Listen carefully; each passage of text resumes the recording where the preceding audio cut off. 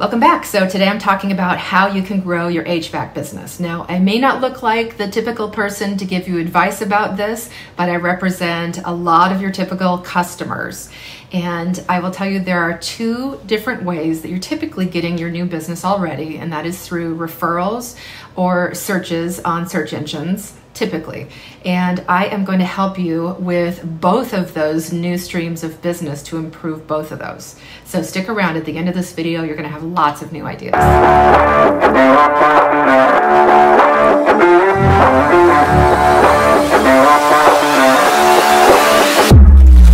Okay, there are two stages where we can grow your business. The first is getting customers to have you come through their doors.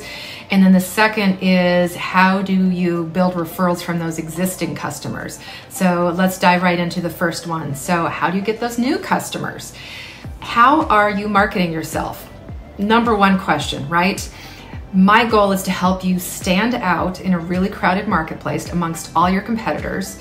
I'm going to help you build trust because that is the number one challenge when your potential customers are looking to find somebody to invite into their home for a potentially big expense. So you have to build trust. And then you have to be memorable because they may not be looking for you yet, but the more memorable you become, the more likely they are to think of you when they do have a need. So I'm going to ask you, how are you different from your competitors? Write down 5 things that set you apart from your competition. And I bet, because I've done this, I'm a professional speaker on differentiation and marketing and branding and consumer behavior. And I will tell you, I get a lot of the same answers from business owners who feel like they're setting themselves apart. They say things like, well, I have the best service, I have the best team, I'm the most responsive, I'm the most trustworthy, I have the best prices, etc. All of these are things that your competitors are saying in one way or another, and they're not helping you to set yourself apart if you're using any of those. So how are you really standing out from your competition? Or if you can't think of anything that's super different from your competition, how can you say it differently? So for example, rather than saying our on-time record is 97%, okay, that's good. A lot of your competitors are probably using similar claims, or we're always on time, but how about if you made it fun and memorable, which would help you stand out? Something like, if we're not on time, I'm gonna buy you a houseplant. That's a crazy example. It could be anything. I'm gonna give you a steak, or I'm going to dance in your front yard, whatever you want to say. The sky's the limit here, and the crazier it is, the more you're going to stand out. So don't just say, if we're not on time, we give you a 10% discount. You know, if it's a critical situation, they care more about you being on time than the 10% discount. And it's not helping you stand out. So think about how you can say those typical things in a new way, or make guarantees, or whatever your promises are. How can you say those in a new way or make them really stand out so that you don't sound like and offer the exact same things your competitors are offering?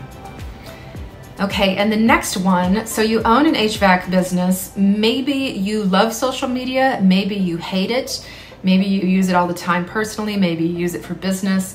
It is critically important today because it's going to help customers who by far do more research than ever before. They're more educated than ever before.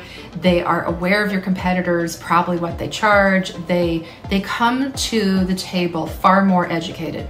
So if you are part of that education, you're going to be the one they think of when they do have that need.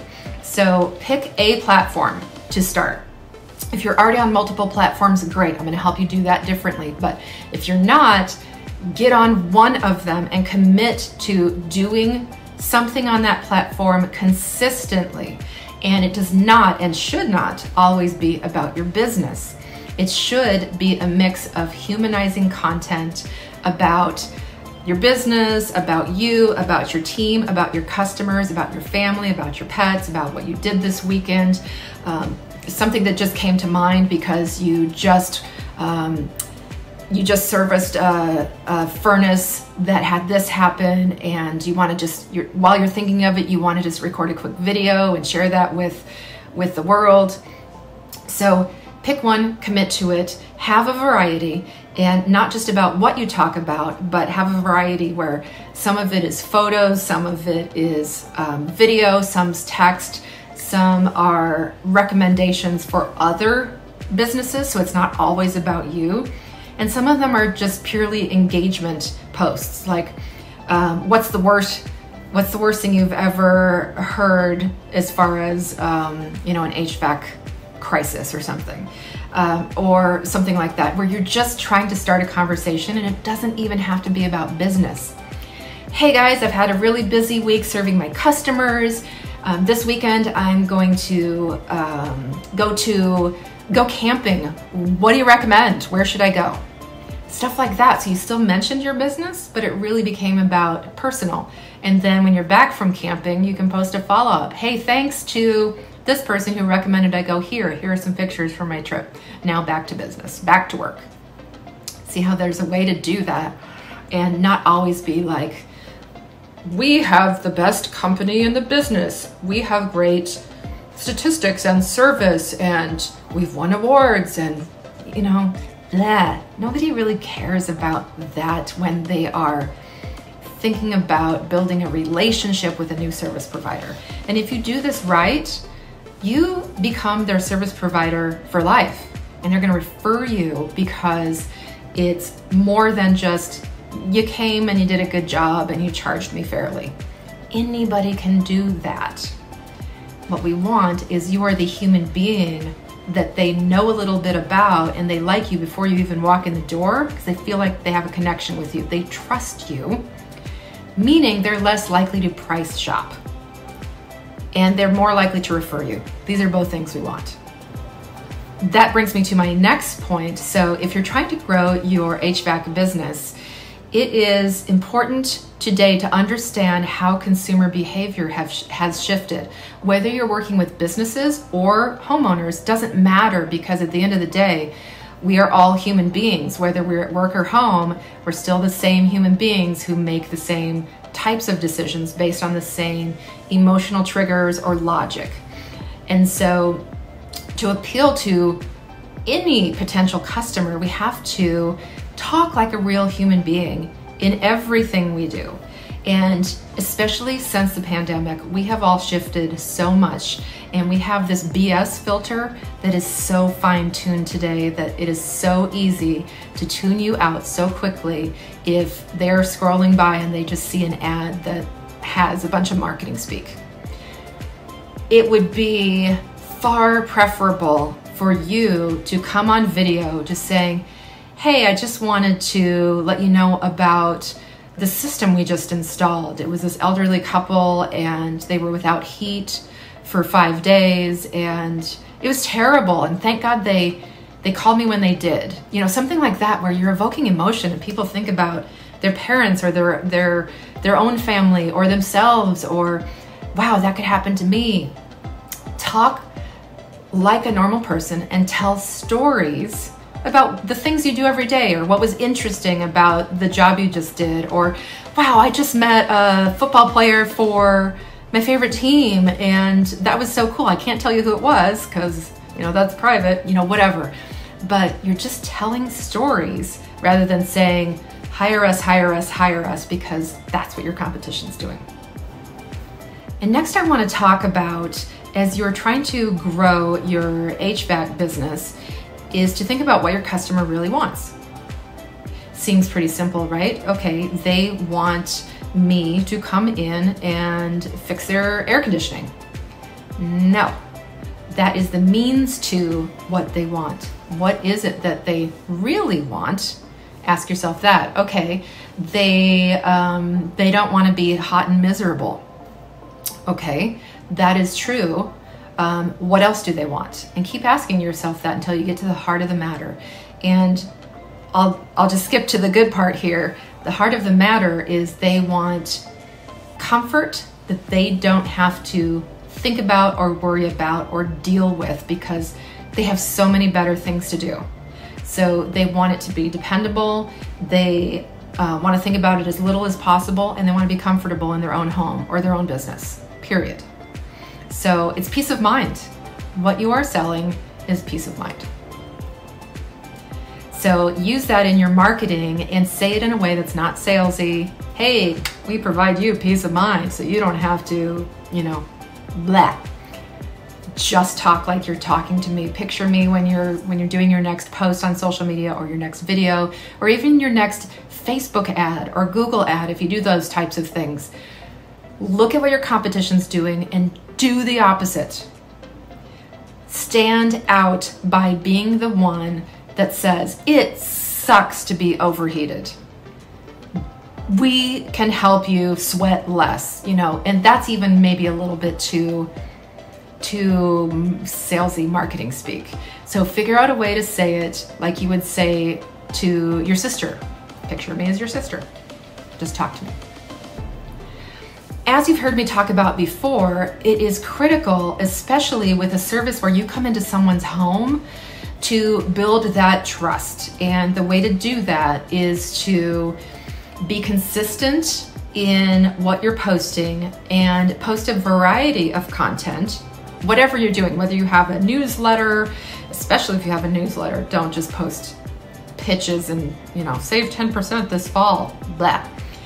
Instead, just have a variety of different types of posts, as I've talked about, where you are informing them some of the time, you are selling only some of the time, you are engaging most of the time by asking questions, legitimate questions, and sharing maybe something funny that happened on the job or something weird that you saw in someone's home, or a great conversation you had with a customer, or how your technician saved the day. And this customer was in a hot mess. See what I did there? Hot mess. And your technician saved the day, and you're so proud of them. And something like that goes from, hey, we'll come and save the day, hire us, to, I am so proud of Jeff. I just want to tell you what he just did and how he saved this customer from a horrible weekend where they were going to have company, and they told us it was their son's 12th birthday party. You can tell the stories and set yourself apart. Okay, so those are things that you can do to raise your visibility online. There's so much more. Look through my channel. I have things on all different types of marketing and blogging and search engine optimization, blah, blah, blah. But now I want to end with, okay, they have hired you. How do you get them to A, hire you back, B, refer you, leave that great review so that strangers find you more easily on Google, Yelp, whatever. So of course you have to do the baseline stuff of delivering what you said you're gonna, do what you say you're gonna do, and do it well, do it fairly, do it honestly. Those are all baseline things that are expected from your customer. That's not gonna really earn you fierce loyalty. What will earn you fierce loyalty is if you over-deliver and do things they didn't expect. Like, what don't you expect? Like, I wouldn't expect the guy or gal to change my furnace filter if they came over to inspect my air conditioner, or something like that, like above and beyond. And once you've done that, as you're billing the customer, ask them for a review on the spot. And I don't mean, hey, would you leave us a review? I mean, ask them right away, hey, what could I have done differently to make this a 5-star experience for you? And they'll either say, oh, nothing, it already was. Great. Or they will tell you instead, so you have a chance to address it before you leave and before they post it on Yelp or a Google review. Once they have said, yeah, we had a 5-star experience with you, I wouldn't change a thing, get some of these printed out. This is a simple QR code. You can have this made very easily on Fiverr if you don't know how to do it, or find someone who does, or maybe you know how to do this. It's easily done. And then easily printed, and very cheaply too, but leave the QR code behind. If they say they had a 5-star experience, say, hey, would you mind? I would love it if you would repeat what you just said to me. it really helps other customers to trust us, and you know, it really mean a lot to me. And then here's the chef's kiss. Carry around a stack of $5 Starbucks gift cards and say, thank you so much in advance. I just wanted to give you this. We really appreciate you, and the fact that you're going to take the time to write that review means the world. Thank you so much. You've kind of bribed them. They feel a little obligated now to go write that review.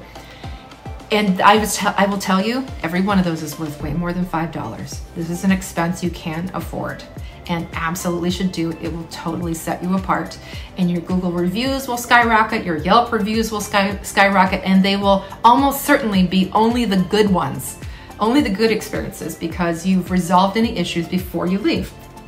So that is the bulk of my advice for this particular video. It's already getting long, but subscribe to my non-annoying emails. I send out tips every other week, pretty much, unless I'm feeling particularly lazy or out of town. So subscribe to that. I always am giving new and updated advice based on how the market's changing and what consumers are doing differently. Thanks, I hope this was helpful.